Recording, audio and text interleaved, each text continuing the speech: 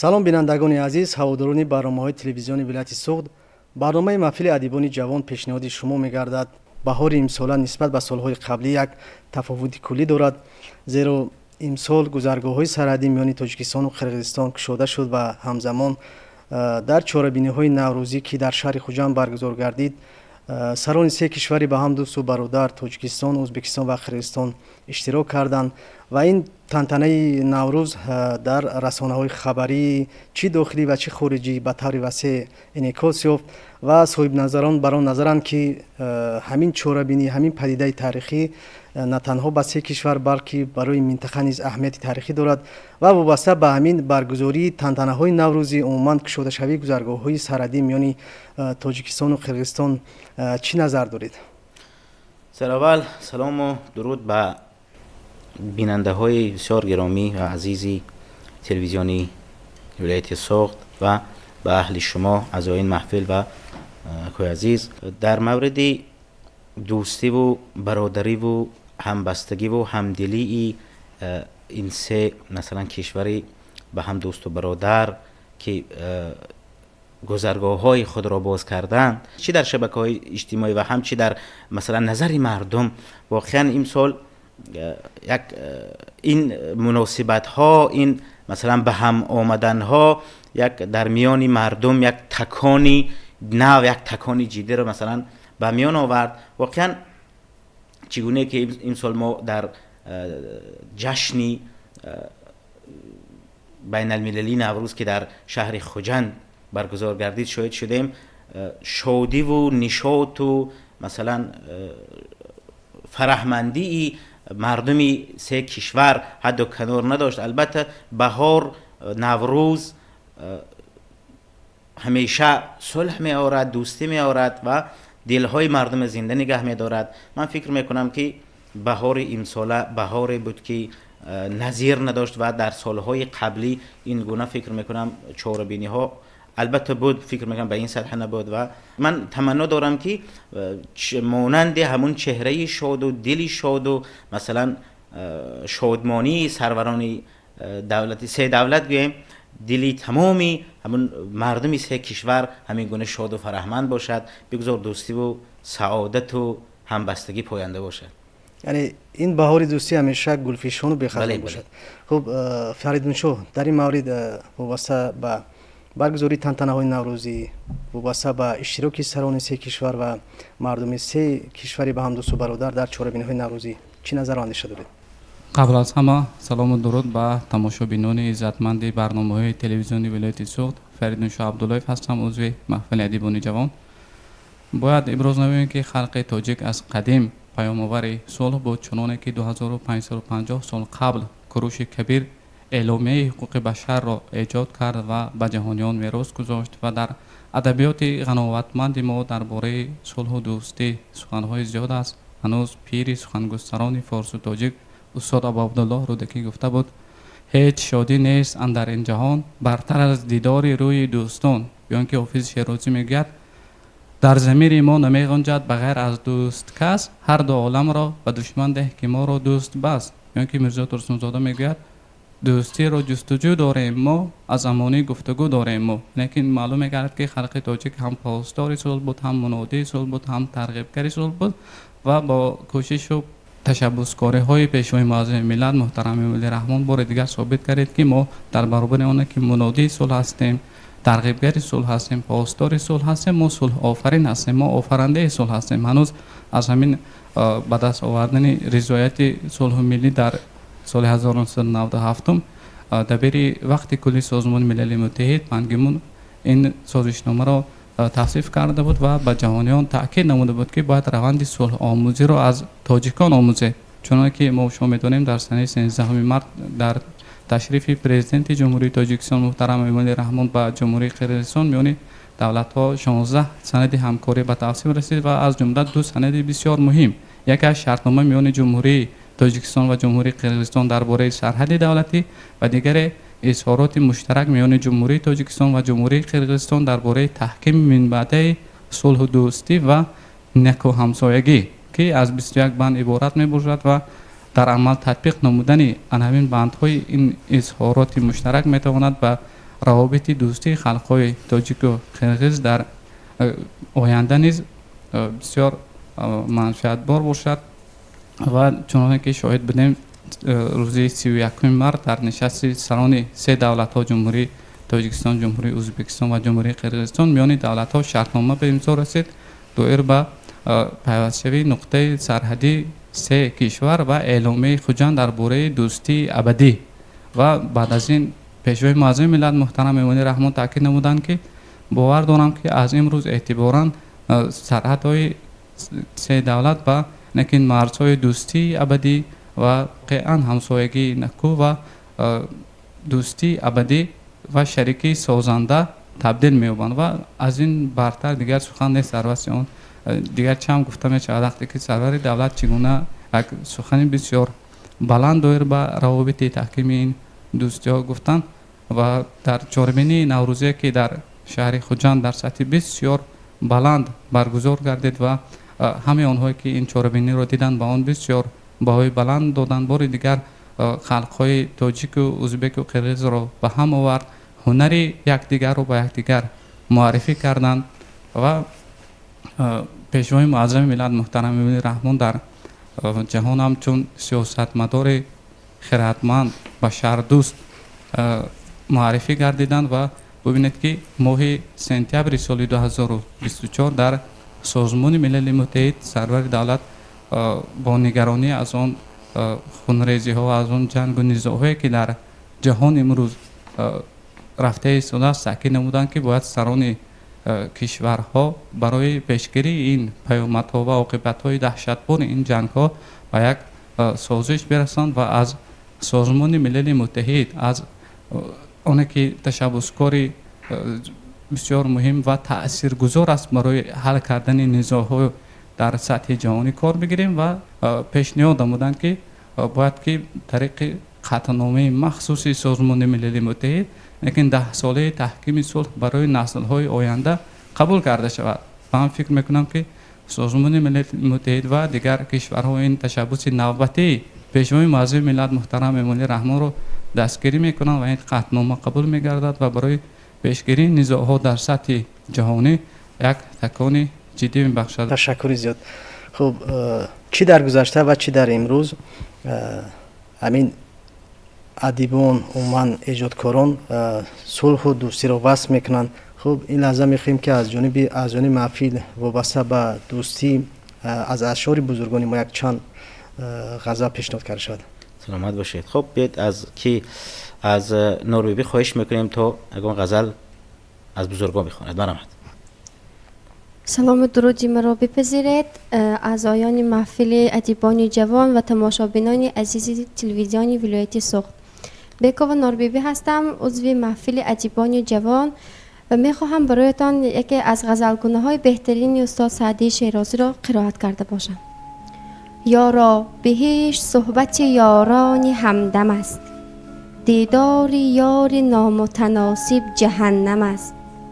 هر دم که در حضور عزیز برآوری، دریاب کز حیات جهان حاصل آن دم است. نه هر که چشم و گوش و دهان دارد آدمی است، بس دیو را که صورت فرزند آدم است.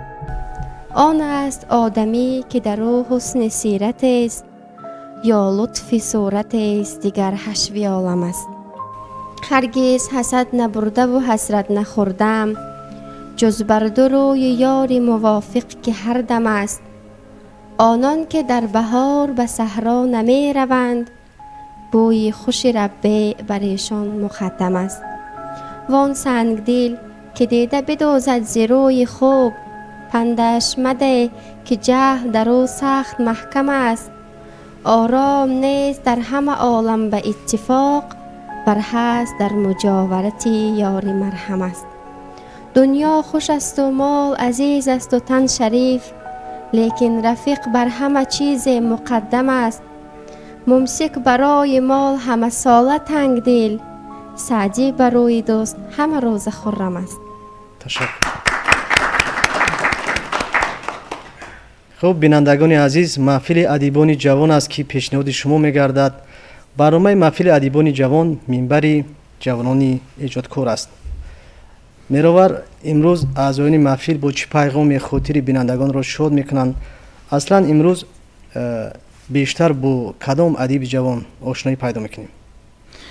خب البته در برنامه های قبلی هم ما در هر برنامه‌مون یک نفر از عضو محفل را با اشعار بیشتری اون معرفی میکردیم و این نوبت هم همین عنعنه را دوام میدهیم و قهرمان نوبتی محفل موسی عزیزی هستند که از شعر اون کس میشنویم. خب با پیشنهاد روبری محفل ادیبان جوان امروز با ادیب جوان موسی عزیزی از نزدیک آشنایی پیدا میکنیم. خب موسی در آغاز میخواستیم که وابسته به حیات و روزگار خود با بینندگان معلومات میدادید. سلام و درود خود را به کل تماشابینان برنامه‌های تلویزیون صوت میرسانم. بنده موسی عزیزی هستم. ختم کرده دانشگاه دولتی خوجند. عین حال در شعبه دکترانتوری دانشگاه تحصیل میکنم. غالب آزمون جمهوری فروغ صبح دانای کتاب است. در نامیناسی ایجاد نظم میباشم و عضو محفل ادیبان جوان ریاست کار با جوانان مقامات اجرایی کمیته دولتی ولایت صوب میباشم. بنده سال 1998 در دهه آب باریک ناحیه دیوشچیچ به دنیا آمدم. خب از کی شروع کردید به شعر نویسی؟ عموما رو آوردید به سخن و قلم کشی؟ سن تقریبا در 16 سالگی رو آوردم به قلم و شاعری. از زمان اولین نوشته های خود رو در یاد دارید؟ افسوس که در یاد ندارید. خب بعداً کی به شما کمک کرد، راهنمایی کرد تو موفق شد تا اندازه؟ بعد اونه که من دانشجوی دانشگاه دولتی خوجند گردیدم، اولین نفری که من رو بر سوی شعر و شاعری راهنما کرد این استاد نورعلی نورزاد می باشد. من با کمک استاد عزیز نورعلی نورزاد به عالم شعر و شاعری داخل گردیدم و تا این روز در این عالم هستم. سوال باشید. تا به امروز ایجادیات شما در کدام روزنامه و مجله نشر شده است؟ تا این جانب شعرهای من در روزنامه و مجله های پیام صوت، حقیقت صوت، ادبیات و صنعت، صدای شرق و دردانه شرق سمرقند چاپ گردیده است. تا جایی که ما آگاه هستیم شما غالب آزمون جمهوری فروغ صوفی دانای کتاب هستید. یک کمی تاثیرات خود رو بگویید. یکمین تاثیراتی که من در این آزمون گرفتم، من وقتی که در دست دیگرها مثلا غالب ادک احساسات رو میدیدم، من برای خود پیشه کردم که من نیز اشتراک میکنم و در این آزمون روزی میشود که من نیز در قطار غالبان قرار میگیرم و خوشبختانه در سال دومی اشتراک در آزمون غالبیت به من نصیب گشت و من احساسات من نادر است در این آزمون، چون که محض این آزمون بود که مرا از شعر به شعر پیش برد، مرا از انسانی چی میگه عادی به یک انسانی کامل آورده رساند و من اون چیزی که نمیتونستم به هدفهای خود رسم توسط این آزمون 10 سالها کاری که انجام دادم رو در 2 سال انجام دادم. خب تشکر. میگویند که شاعر و شناسنامه‌اش شعر اوست. برای آنکه ما شما رو بیشتر بشناسیم از ایجادات خود برای بینندگان پیشنهاد میکنید. اولین غزلی که میخوانم برای تماشابینان، این غزل ایجاد شده است به پیشوای معظم ملت بخشیده شده است.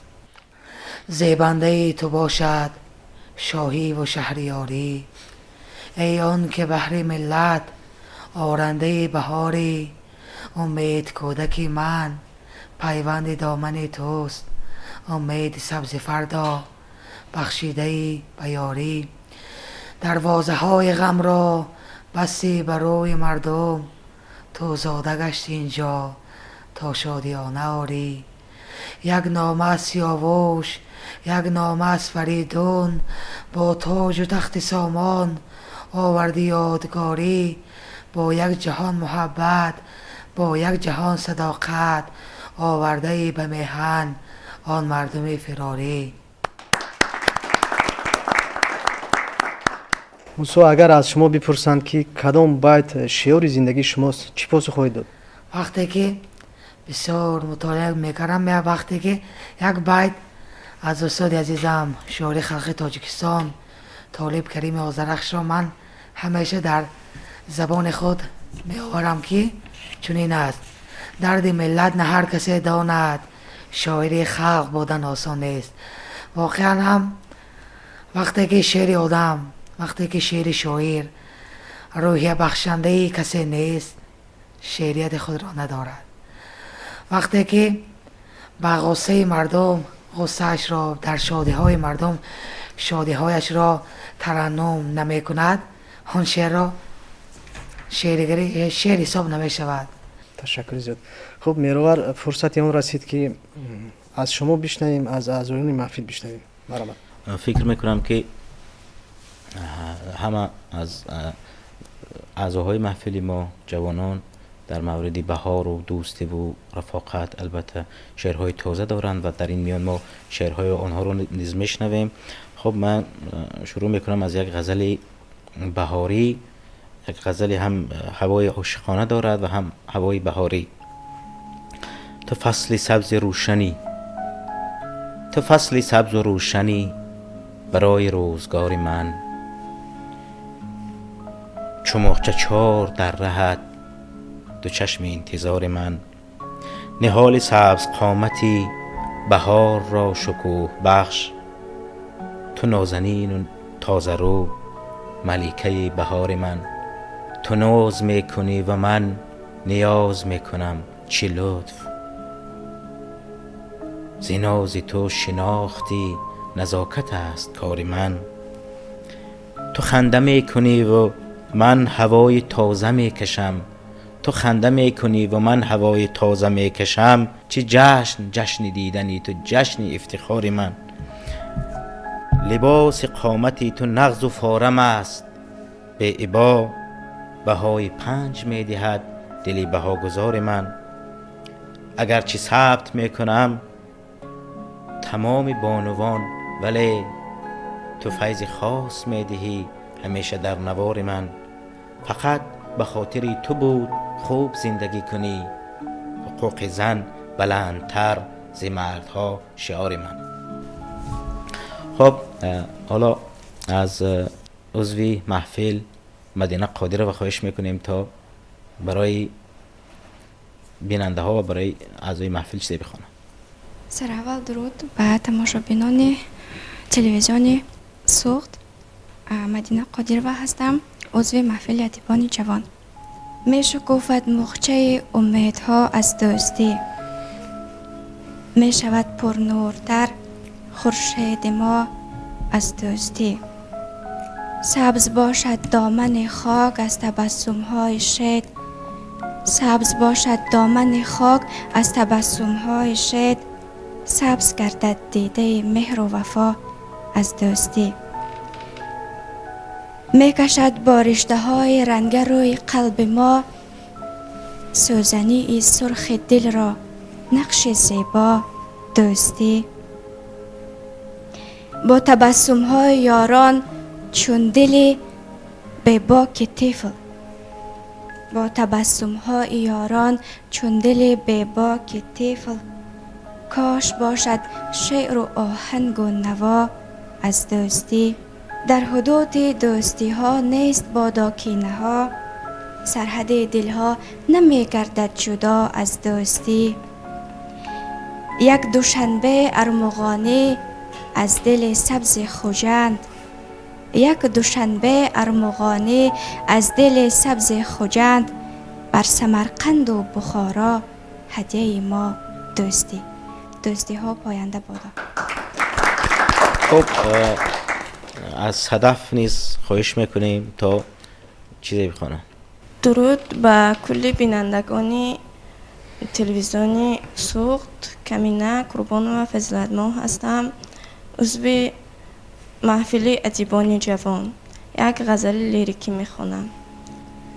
امشب غزل سرایی فقط از جناب عشق، محفل صدای خوش و شعر ناب عشق، یک شمع اگر چراغ محبت شود به دل، با من چی می کند نگهی آفتاب عشق.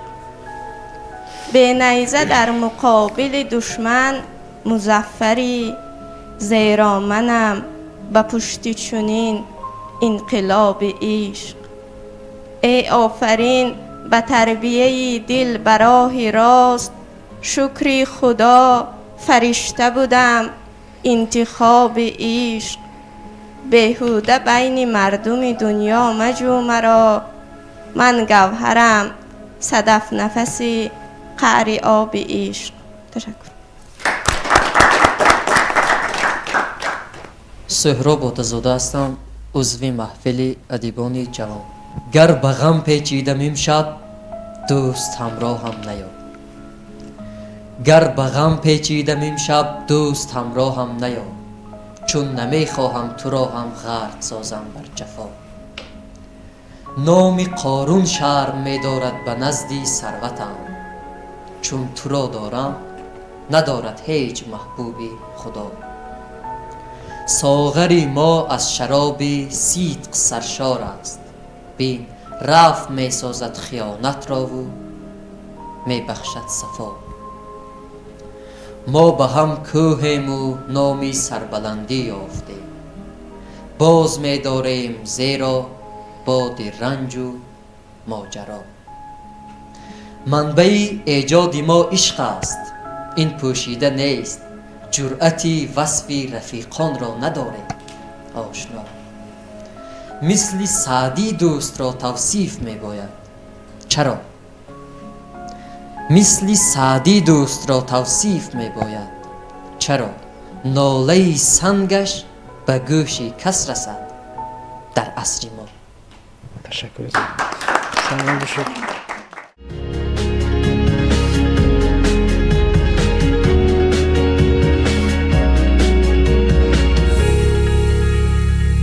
در این محفل در قطار موسی عزیزی یک مهمان دیگر هم داریم. دستپروری کالج صنعتی به نام صادقخان حافظ، هنرمند نورو جهانگیر رحیمزاده. حالا از جهانگیر رحیمزاده خواهش میکنیم یک نوازش بهر ما و بهر بینندگان پیشنهاد میکنم. مرحمت.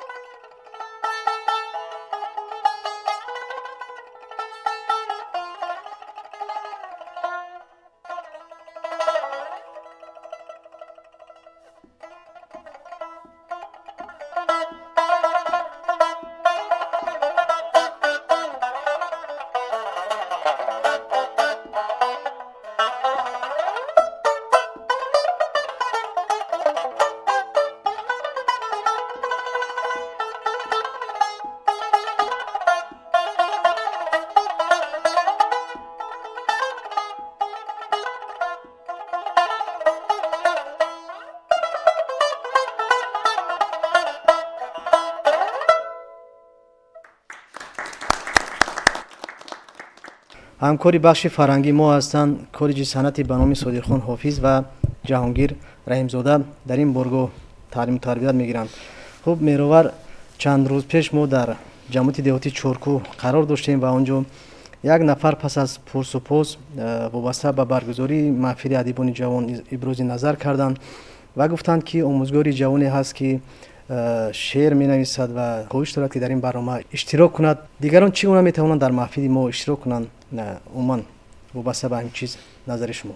خب اکثر بیننده های محفل ما در برنامه محفل های قبلی هم خوب آگاهی داشتند که ما در هر محفل خب شماره تلفنمون در برنامه میگذاریم و اون نفرایی که مثلا وابسته به شرط هایی که در محفل ما گذاشته می شود شعرها می نویسند یا مثلا یا که برای موضوع با ما تماس میگیرند و به یک مشکلی مثلا میتونن با ما تماس گیرند و در محفل های من بعدی ما هم اشتراک کنند. خب ما هم چون طبق همین عادتی هر وقت رقممون رو میگذاریم. خب بیننده ها و اون نفرایی که مثلا خواهشی در محفل ما اشتراک کردن دارند میتونن با ما تماس گیرند و در محفل نوبتی ما اگر شعرهاشون همراهی خود بیارند در محفل نوبتی ما البته اشتراک میکنند و ما شعرشون رو معرفی میکنیم. خب فرصتی باز از ایجادات شما از ایجادات اعضای محفل شنیدن فرا رسید. خب بیاید بیشتر از عضو محفل ها از بچه ها میپرسیم، از اینها میشنویم. خب ما که یک غزل خواندیم دیگه. خب بیاید از رخشاده خان خواهش میکنیم تا یگان چی برای ما بخونه. با قلب پر از مهر و محبت و صمیمیت خاص سلام خود را نثارتان می نمایم دوستان عزیز و تماشابینان تلویزیون صبح. بنده بابا یارزاده رخشاده مسلیدین هستم، دانشجوی دانشگاه دولتی خوجند به نام اکادمیک باباجان غفوروف، اینچنین عضو محفل ادیبان جوان ولایت صبح. اینجا میخواستم یک شعر وطن دوستانه قرائت کرده باشم. تاجیکستان ای دیار نامدار، تاجیکستان ای مکانی بیکنار، شکر گویم که وطن هستی به من. تاجیکستان سرزمین نوربار، تاجیکستان آب و خاکت گوهر است، هستی تو یک میهن آوازدار. کشور من اینقدر مهرآفری، تاجیکستان میوه هایت شهدبار. داری تو یک خلق زحمت آفرین، گل کند این منظرت فصل بهار. میهنم بادا مبارک بحر تو، کوهسار و آبهای چشمسار. هدیه گشته است از خدای مهربان، این دیار بی‌نظیر و مهربان. آفتابت شعله افشان جهان، تاجیکستان باش دایم نوربار. بگذار وطن عزیز ما همیشه به پیش باشد و در فضای آباد و آزادی آن ما زندگی کنیم. تشکر زیاد. باز کی میشنید؟ موسی عزیزی شعر کم خواندن. مرحمت موسی. رنجیده ز کار چرخ رنجورم آه، مهروشن چون ستاره کم نورم آه. فرزند زمانم و زمان از من پیش، نزدی همه خلق از خودم دورم آه. دردی که بریش میکند تهدیدم، چون بنده به پیش میکند تجدیدم. شهدی سخنی اصل بر نوشش باد، هر کس که بنیش میکند تنقیدم. بی تو 4 فصل دلم تیر ماه شد، بی تو 4 فصل دلم تیر ماه شد. سرواده های من همه تفسیر آه شد. در بیشه محبت تو زار و مستریب، قلبم غزال کوچکی بی سرپناه شد. ای عشق سلیستر از شعر مولوی، با تو حیات و زندگیم روبراه شد. عشقی من و تو تازه ترین عشق بود و وای، افسوس و حیف کشته زخمی نگاه شد. تا چند آب میکشی ای بی وفا نگار، چشمان من برای تو مانند چاه شد. نظاره می نمایم چون از کنار ده، بر دوش مرد دهقان باره از کار ده. شب آب داد باید کشتی بهاریش را تا فیض بار گردد هر کی سار ده. صحنه تلاش عزم است هر جا زمین سهم است عزم و تلاش دارد سرمایه دار ده. در کوچه و گذرها آوازه و خبرها هنگامه ها روانه در جویبار ده. با این همه من از جان با ده عشق بستم هرچند روی گردانان گلوزار ده. برای دیدن مادر برای دیدن مادر به ده آمدم پر از محبت و باور به ده آمدم. پدر تو پیر شدی وقتی استراحت توست برای کار تو یاور به ده آمدم. دلم گرفت ز سودای شهر تنهایی به شوق صحبت دادر به ده آمدم. زمان رفتنم از ده خورد بود اکنون شبی عروسی خواهر به ده آمدم. من از تبار پرستوی آب باریکم من از تبار پرستوی آب باریکم به شهر رفتم و از سر به ده آمدم. به کودکی پر از آرزوی بیت و غزل خریده خامه و دفتر به ده آمدم. باز از کی میشنوید؟ خب بیت از فکر میکنم از همین جوانترین عضو محفلمان از آمینه بانو خواهش میکنیم تا برای ما چیزی بخوانم. سلام و درودی به پایان به کلی تماشابینان تلویزیونی صوت. رجبزاده آمینه هستم، عضو محفل ادیبان جوان. تاجیکستان بهتر از جان منی، ای وطن آغاز و انجام منی. من به گردی خاک تو دل بستم، اختری تابان و رخشانی منی. مهری پاکت در دلم جا گشته است، مزرعه سبز و گلفشانی منی.